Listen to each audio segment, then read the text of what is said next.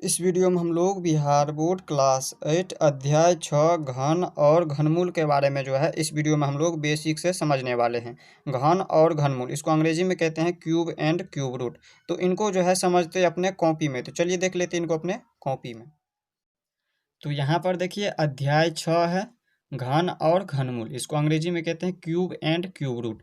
वर्ग है 8वीं। इसमें हम यहाँ पर देखेंगे घन और घनमूल, इसको अंग्रेजी में क्या कहते हैं क्यूब एंड क्यूब रूट। तो सबसे पहले हमें समझना होगा घन के बारे में, इसके बाद समझेंगे हम घनमूल के बारे में। तो देखिए घन इसको अंग्रेजी में कहते हैं क्यूब। तो घन क्या होता है यानी कि क्यूब क्या होता है, तो इसका परिभाषा सबसे पहले हम समझ लेते हैं। तो घन का परिभाषा होता है वह प्राकृतिक संख्या जिसको स्वयं से कितनी बार 3 बार गुना करने पर जो संख्या प्राप्त होता है वह क्या कहलाता है घन, या फिर बोल सकते हैं पूर्ण घन कहलाता है। ये हो गया हमारा घन का चित्र। यहाँ पर देखिए हमने पहले से लिख लिया है ताकि हम आपको अच्छा से समझा सकें। तो यहाँ पर देखिए सबसे पहला हमने लिखा है घन में फलकों की संख्या 6 होता है। ये जो घन है इसमें फलकों की संख्या कितनी है 6 है। इसी तरह से यहाँ पर हमने लिखा है घन में किनारों की संख्या 12 होता है। घन के किनारों की संख्या कितना है 12 है। जैसे यहाँ पर देख लेते हैं 12 कौन सा है, देखिए ये है इसकी किनारा, ये क्या है इनकी किनारा। तो इस पूरे किनारा की गिनती कीजिए, एक ये हो गया दूसरा किनारा, इसी तरह से ये हो गया तीसरा किनारा, ये हो गया चौथा किनारा, ये हो गया पांचवा किनारा, ये हो गया छठा किनारा, ये हो गया सातवां किनारा, ये हो गया आठवां किनारा, ये हो गया नौवां किनारा, ये हो गया 10वां किनारा, ये हो गया 11वां किनारा, और एक किनारा कौन सा छूट रहा है, तो एक किनारा ये हो गया 12वां किनारा ये हो गया। तो इस तरह से इसमें कितना किनारा है 12 किनारा है। और यहाँ पर तीसरा नंबर में लिखा हमने घन में शीर्षों की संख्या कितना होता है 8 होता है। अब कहिएगा शीर्ष कौन सा होता है, तो ये होता है इनकी शीर्ष। ये जो है ये कोण दिख रहा है आपको, इसको कहेंगे शीर्ष। तो इसमें देखिए टोटल 8 शीर्ष है। एक ये हो गया दूसरा शीर्ष, ये हो गया तीसरा शीर्ष, ये हो गया चौथा शीर्ष, ये हो गया पांचवा शीर्ष, ये हो गया छठा, और ये हो गया सातवां, और ये हो गया आठवां शीर्ष। इस तरह से इसमें कितना शीर्ष है 8 शीर्ष है। तो देखिए यहाँ पर लिखा हुआ है वह प्राकृतिक संख्या। तो प्राकृतिक संख्या हम कहते किसे हैं, तो गिनती की संख्या को हम क्या कहते हैं प्राकृतिक संख्या कहते हैं। तो गिनती की संख्या जैसे यहाँ पर देख लीजिए, इसको ऊपर कर लेते हैं और यहाँ पर आपको समझाते हैं। यहाँ पर देखिए 1 2 3 4 5 6 7 8 9 10, यानी कि इसमें क्या है 10 तक लिखा हुआ है। तो ये गिनती की संख्या है 1 2 3 4। तो इसको यहाँ पर क्या कहेंगे हम प्राकृतिक संख्या। तो कह रहे हैं प्राकृतिक संख्या को स्वयं से 3 बार गुना करने पर, स्वयं से जैसे यहाँ पर हम अगर 1 का घन निकालते हैं, 1 का घन, तो यहाँ पर 1 को क्या करेंगे हम 3 बार गुना करेंगे। तो 3 बार यहाँ पे 1 को, ये मतलब स्वयं हुआ, स्वयं को इनको हम 3 बार गुना कर रहे हैं, और 3 बार गुना करने पर जो संख्या प्राप्त होगा वो क्या कहलाएगा हमारा घन कहलाएगा, या फिर बोल सकते हैं पूर्ण घन कहलाएगा। जैसे यहाँ पर अगर हम 2 का घन निकाले, तो देखिए 2 का घन यहाँ पर हम 2 को क्या करेंगे हम 3 बार लिख देंगे। ये 3 जो है ये हमें ये दर्शाता है कि हमें जो है 2 को हमें, ये जो 2 है 2 को हमें 3 बार लिखना है। तो 2 को अगर हम 3 से यहाँ पर देखिए 3 बार गुना करेंगे, 2 दूनी के 4 दूनी के 8, तो ये हो गया हमारा प्राप्त जो संख्या आया है ये क्या हो गया इनकी पूर्ण घन हो गया, यहाँ पे बोल सकते हैं घन हो गया।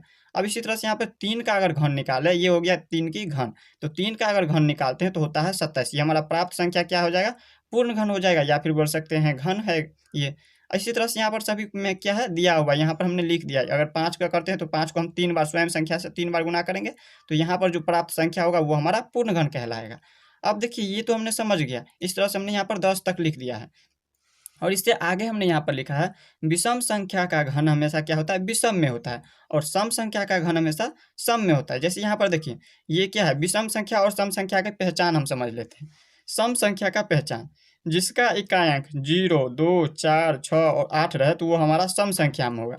जैसे यहाँ पर देखिए जिसका इकायांक क्या हो 0, तो इसमें 0 कहीं पे नजर नहीं आ रहा। यहाँ पर इसमें देखिए इकायांक क्या है 0 है, तो ये हमेशा क्या होगा सम में होगा। इसका इकायांक 0 है तो ये हमेशा सम में होगा, सम में होगा इसका घन। इसी तरह से यहाँ पर देखिए सम का पहचान दूसरा, इसमें है 2। तो देखिए यहाँ पर देखिए दूसरा नंबर में देखें तो इस तरह से यहाँ पर देखें तो यहाँ पर देखिए 8 का अगर घन करते हैं, ये हमारा 8 क्या है सम में है। अगर 8 का घन करते हैं तो यहाँ पे इसका इकायांक क्या आ रहा है 2, तो ये भी क्या हो जाएगा घन सम में होगा। अगर हम यहाँ पे सम संख्या में अगर घन है ये तो सम में ही होगा, इसका इकायांक यहाँ पर 2 आ रहा है तो ये होगा सम में। इसी तरह से विषम का देख लेते हैं। विषम में देखिए लिखा हुआ है विषम संख्या का पहचान, जिसका इकाई अंक 1 रहे 3 रहे 5 रहे 7 रहे या 9 रहे तो वो हमेशा विषम में होगा। देखिए विषम संख्या का यहाँ पर देखिए ये है 1 का घन, तो 1 का जो घन है ये 1 क्या है विषम है, तो इसमें देखिए यहाँ पर इसका इकाई अंक क्या आ रहा है विषम में ही आएगा। हमेशा विषम संख्या का घन हमेशा विषम में आ रहा है। इसी तरह से यहाँ पर 3 देखें तो 3 क्या है विषम संख्या है, तो विषम संख्या का घन का क्या आ रहा है यहाँ पर इकाई अंक क्या आ रहा है 7, तो 7 क्या है विषम संख्या है, तो इसमें भी देखिए विषम ही आया है। इसी तरह से 5 देखें 5 विषम में है तो इसका भी इकाई अंक क्या है 5, तो ये भी क्या है विषम में आ रहा है। इसी तरह से यहाँ पर देखिए 7, 7 क्या है? विषम संख्या है, तो इसका भी अगर घन निकालते हैं तो इसका यहाँ पे हमेशा क्या होगा? ये विषम में ही आएगा। इसी तरह से 9 का देखें तो ये भी क्या होगा? विषम में होगा, 9 विषम में आ रहा। अब इतना तो हम समझ गए, अब हम समझते हैं इनसे आगे। अब देखिए यहाँ पर हमने लिखा है, यहाँ पर संख्या का इकाई अंक और यहाँ पर लिखा है घन संख्या का इकाई अंक। अब हमने आपको जो बताया हुआ है तो यहाँ पर हम आपको समझाते हैं। देखिए प्राकृतिक संख्या का इकाई अंक, जैसे यहाँ पर देखिए हम अगर 1 का घन निकालेंगे तो आप लोगों को याद रखना है हमेशा इसका इकाई अंक जो है 1 ही होगा। 1 का हमेशा इकाई अंक क्या होगा? 1 ही होगा अगर हम घन निकालते हैं। अगर हम 2 का घन निकालते हैं तो इसका इकाई अंक हमेशा क्या होगा? 8 होगा। याद रखिएगा 2 का घन हमेशा 8 होगा। और दूसरा आप लोगों को याद रखना है, अगर हम 8 का घन निकालते हैं तो इसका इकाई अंक हमेशा 2 में आएगा। देखिए इस तरह से यहाँ पर 8 का घन आएगा, इसका इकाई अंक यहाँ पर 2, और 2 का अगर घन निकालते हैं तो इसका इकाई अंक आएगा 8। अब देखिए तीसरा नंबर में यहाँ पर 3 का अगर घन करते हैं तो यहाँ पर देखिए इसका इकाई अंक हमेशा 7 होगा। और यहाँ पर दूसरा जो है यहाँ पर है 7 का घन, 7 का घन करते हैं तो इसका इकाई अंक हमेशा 3 होगा। जैसे यहाँ पर देखिए हमने घन निकाल करके देखा हुआ है, यहाँ पर आया है 343, 7 का घन निकालते हैं तो इसका इकाई अंक 3 आ रहा है। तो इस तरह से यहाँ पर आप लोगों को याद रखना है, अगर हम 3 का घन निकालते हैं तो 7 होगा इसका इकाई अंक, और इसके तरफ से यहाँ पर देखिए 7 का घन निकालते हैं तो 3 होगा, और 3 का घन निकालेंगे तो इसका 7 होगा इकाई अंक। अब है 4 का घन, अगर हम 4 का घन निकालते हैं तो इसका इकाई अंक हमेशा 4 ही होगा। 4 का घन हमेशा याद रखिएगा 4 ही होगा। इसी तरह से 5 का घन निकालेंगे तो इसका इकाई अंक हमेशा 5 आ रहा है। यहाँ पर देखिए ये हो गया 125, क्या हो गया? इसका घन निकाले हैं तो इसका इकाई अंक हमेशा 5 ही आ रहा है। इसी तरह से यहाँ पर अगर 6 का घन निकालते हैं तो 6 में भी क्या होगा? इसका इकाई अंक हमेशा 6 होगा। देखिए इसका इकाई अंक अगर यहाँ पर घन निकालते हैं तो 6 आ रहा है, तो ये सेम 6 यहाँ पर लिख देंगे, इसका इकाई अंक हमेशा 6 में होगा। इसको जो है आप लोगों को याद रखना है। 7 का और 8 का हमने दिखा दिया है यहाँ पे इन दोनों को। अब देखिए यहाँ पर 9 का घन, 9 का घन करते हैं तो हमेशा इसका इकाई अंक जो है 9 ही होगा। और 10 का घन करते हैं तो इसका इकाई अंक हमेशा 0 होगा। तो इस तरह से आप लोगों को ये भी समझ आ गया होगा। अब समझ लेते हैं इनसे आगे। अब हम समझते हैं पूर्ण घन के बारे में। तो देखिए पूर्ण घन क्या होता है? सबसे पहले हम पूर्ण घन का परिभाषा समझ लेते हैं। तो पूर्ण घन का परिभाषा होता है, यदि किसी संख्या के अभाज्य गुणनखंडन में प्रत्येक गुणनखंड 3 बार आता है, कितनी बार? 3 बार आता है, तो वह क्या कहलाता है? हमारा पूर्ण घन संख्या कहलाता है। जैसे यहाँ पर हम उदाहरण के माध्यम से समझते हैं। मान लेते हैं ये हमने ले लिया पहला नंबर 512, तो क्या ये 512 पूर्ण घन है? वो हम किस तरीका से पता लगा सकते हैं? तो सबसे पहले इसका क्या करना है? आपको गुणनखंड करना है। इसमें कह रहा है अभाज्य गुणनखंड, तो सबसे पहले हम इसका अभाज्य गुणनखंड करेंगे। तो 512 का अभाज्य गुणनखंड कर लेते हैं। इस तरीका से हम कर लेंगे इसका अभाज्य गुणनखंड। तो देखिए सबसे पहले क्या करेंगे, हम इसमें 2 से लगाएंगे, तो 2 से लगाएंगे तो ये 12 का हो गया 6, यानी कि 256 हो गया। इसमें हो गया 256। अब इसमें हम फिर से 2 से लगाएंगे, तो 2 से लगाएंगे तो यहाँ पर देखिए 2 एकान 2 1, और यहाँ पर 56 का आधा कितना हो जाएगा? 28 दूनी के 56। फिर से 2 से लगाइए इसी तरीका से, तो यहाँ पे 12 का हाफ हो जाएगा 6, और यहाँ पे 8 का आधा हो जाएगा 4। फिर से 2 से लगाएंगे तो यहाँ पे हो जाएगा यहाँ पर हो जाएगा कितना? 32 दूनी के 64। फिर से 2 से लगाइए, यहाँ पर 2 से लगाएंगे फिर से, तो कितना हो जाएगा? 32, 16 दूनी के 32।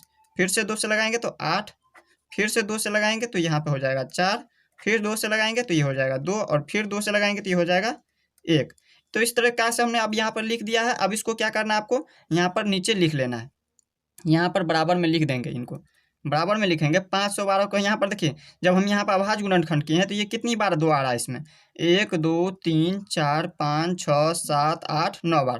तो यहाँ पर हम 9 बार लिख देंगे, 9 गुने 9 गुने 9, 9 बार लिख देंगे। 1 2 3 4 5 6 7 8, और ये हो गया 9। इसमें यहाँ पर हमने 9 बार लिख दिया।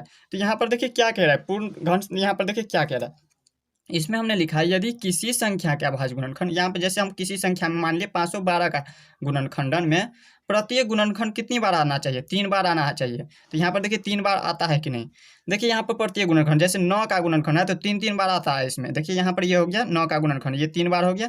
इसी तरह से ये भी क्या है? 3 बार आ गया, जोड़ा आ गया 3 का, और इसमें भी देखिए 3 का जोड़ा आ चुका है। जब यहाँ पर 3 का इस तरीका से जोड़ा आ जाए तो ये हमारा क्या होगा? पूर्ण घन होगा। तो ये हमारा हो गया पूर्ण घन। इसी तरह से यहाँ पर दूसरा उदाहरण लेते हैं। जैसे हम यहाँ पर ले लेते हैं, यहाँ पर 100, यहाँ पर हमने ले लिया 100 दूसरा नंबर। तो 100 का क्या करना है? सबसे पहले आपको अभाज्य गुणनखंड करना है। तो अभाज्य गुणनखंड हम किस तरीका से करेंगे? तो इसका भी इसी तरह से कर लेंगे। 100 यहाँ पर देखिए 2 से लगाएंगे तो ये कितना हो जाएगा? 50 हो जाएगा। फिर 2 से लगाएंगे तो कितना हो जाएगा? 25 हो जाएगा। अब यहाँ पर 2 से नहीं लगेगा, 5 से लगेगा, तो 5 है 25, 5 बार में 25 हो गया। और फिर 5 से लगाएंगे तो ये हो जाएगा 5 एकान 5, 1 हो गया। तो इसका यहाँ पर क्या लिखेंगे? अब यहाँ पर कितनी बार 2 आ रहा है? 2 बार, तो यहाँ पर लिख देंगे 2 गुने 2। 5 कितनी बार आ रहा है? 2 बार, तो यहाँ पर लिख देंगे 5 गुने 5। अब देखिए यहाँ पर देखें तो हमने यहाँ पर लिखा है यदि किसी संख्या, जैसे यहाँ पर 100 संख्या लिया है तो इसका अभाज्य गुणनखंड में प्रत्येक गुणनखंड कितनी बार आना चाहिए, 3 बार प्रत्येक गुणनखंड। जैसे यहाँ पर 2 का गुणनखंड है तो 2 का गुणनखंड कितनी बार आना चाहिए, 3 बार, लेकिन इसमें आ रहा है कितनी बार, 2 बार, जो कि यहाँ पर ये नहीं मिल रहा है, तो ये हमारा अपूर्णखंड नहीं होगा। दूसरा देखें यहाँ पर 5, तो 5 भी कितना बार आ रहा है, 2 बार, जबकि यहाँ पर 2 भी 2 बार सॉरी 3 बार आना चाहिए और 5 भी कितने बार आना चाहिए, 3 बार। अगर यहाँ पर इतना आता 2 गुने 2 गुने 2 और यहाँ पर 5 गुने 5 गुने 5, इस तरीका से अगर आता तो इसमें यहाँ पे इसका गुणनखंड जब कर रहे हैं तो यहाँ पर 3 बार आ रहा है और 5 भी 3 बार आ रहा है। जब इस तरीका से आ जाए तो ये हमारा गुणनखंड होगा, वरना ये पूर्ण घन जो है नहीं होगा। तो ये देखिए ये जो है 2 ये बार आया है और 5 भी 2 बार ही आया है, तो ये पूर्ण घन जो है नहीं होगा। तो इस तरह से आप लोग पूर्ण घन के बारे में समझ गए होंगे। अब हम समझते हैं घनमूल के बारे में। घनमूल के बारे में, घनमूल इसको अंग्रेजी में कहते हैं क्यूब रूट। तो देखिए सबसे पहले हमें घनमूल का परिभाषा जान लेते हैं। तो देखिए घनमूल इसको अंग्रेजी में कहते हैं क्यूब रूट। तो इसका परिभाषा क्या होता है, किसी संख्या का घनमूल वह संख्या होता है जिसे क्या संख्या से, स्वयं संख्या से कितनी बार, 3 बार गुना करने पर दी गई संख्या प्राप्त होता है, वो हमारा होता है घनमूल। तो जैसे हम यहाँ पर समझते हैं, सबसे पहले हम समझ लेते हैं घनमूल का सांकेतिक रूप। घनमूल का सांकेतिक रूप ये है, ये हमारा घनमूल का सांकेतिक रूप। इस तरह से हम घनमूल को सांकेतिक रूप लिखते हैं। और दूसरा आप लोगों को याद रखना, देखिए जब हमें रह रहा था घन निकालने के लिए किसी संख्या का, जैसे हम 2 का घन निकालते थे तो हम क्या करते थे, 2 को हम 3 बार गुना करते थे। इस तरीका से किसी भी संख्या का अगर घन निकालते थे हम उसको क्या करते थे, सेम संख्या से 3 बार गुना करते थे। और यहाँ पर कह रहा है, क्या कह रहा है, किसी संख्या घनमूल निकालने के लिए, तो घनमूल में हम क्या करेंगे, तो कह रहा है किसी संख्या, जैसे हम यहाँ पर संख्या ले लेते हैं 512, यहाँ पर ले लिए 512, तो इसका जो है क्या करना है, आपको घनमूल निकालना है। तो आप क्या कीजिएगा, तो देखिए इसमें लिखा हुआ है किसी संख्या का घनमूल, किसी संख्या का घनमूल वह संख्या होता है जिसे स्वयं से 3 बार गुना करने पर, इसका अगर हम घनमूल निकालते हैं, देखिए ये इसका सांकेतिक रूप है तो इसको हम इस तरीका से लिख देंगे। तो इसका जब हम घनमूल निकाल लेंगे तो यहाँ पर देखिए 3 बार गुना करने पर दी गई संख्या प्राप्त होगा, यानी कि 512 जो है 3 बार कौन सी संख्या को गुना करे जिससे इसके बराबर आ जाए, तब जाकर के होगा हमारा घनमूल। जैसे यहाँ पर देखिए सबसे पहले इसके लिए हम क्या करेंगे, 512 का अभाज्य गुणनखंड करेंगे। तो यहाँ पर देखिए हमने पहले से कर लिया है, यहाँ पर हमने अभाज्य गुणनखंड किया है 512 का। तो देखिए इस तरीका से कर लिया है। तो इसमें 9 बार आ रहा है, 2 2 कितनी बार आ रहा है, 9 बार। तो यहाँ पर हम क्या करेंगे, इसमें 9 बार लिख देंगे। यहाँ पर 2 गुने 2 गुने 2 गुने 2 गुने 2, इस तरीका से हम 9 बार लिख देंगे। कितनी बार हो गया, 1 2 3 4 5 6 7 8 9 बार हो गया। तो यहाँ पर हमने 9 बार तो इनको लिख दिया है। और इसमें हमें क्या कह रहा था, इसमें हम स्वयं संख्या से 3 बार अगर गुना करें तो इसके बराबर आ जाए, तब जा करके होगा हमारा घनमूल। तो इसमें हम क्या करेंगे, सबसे पहले इसको जो है हम रूट में यहाँ पर दिया हुआ है तो इसको हम लिख देंगे यहाँ पर रूट में। इस तरीका से हम इसको सूचित करते हैं घनमूल को। तो यहाँ पर लिख देंगे हम, इसमें देखिए इसको हम इस तरीका से लिख सकते हैं, 2 गुने 2 गुने 2, इसका हम क्यूब लिख सकते हैं इस तरीका से।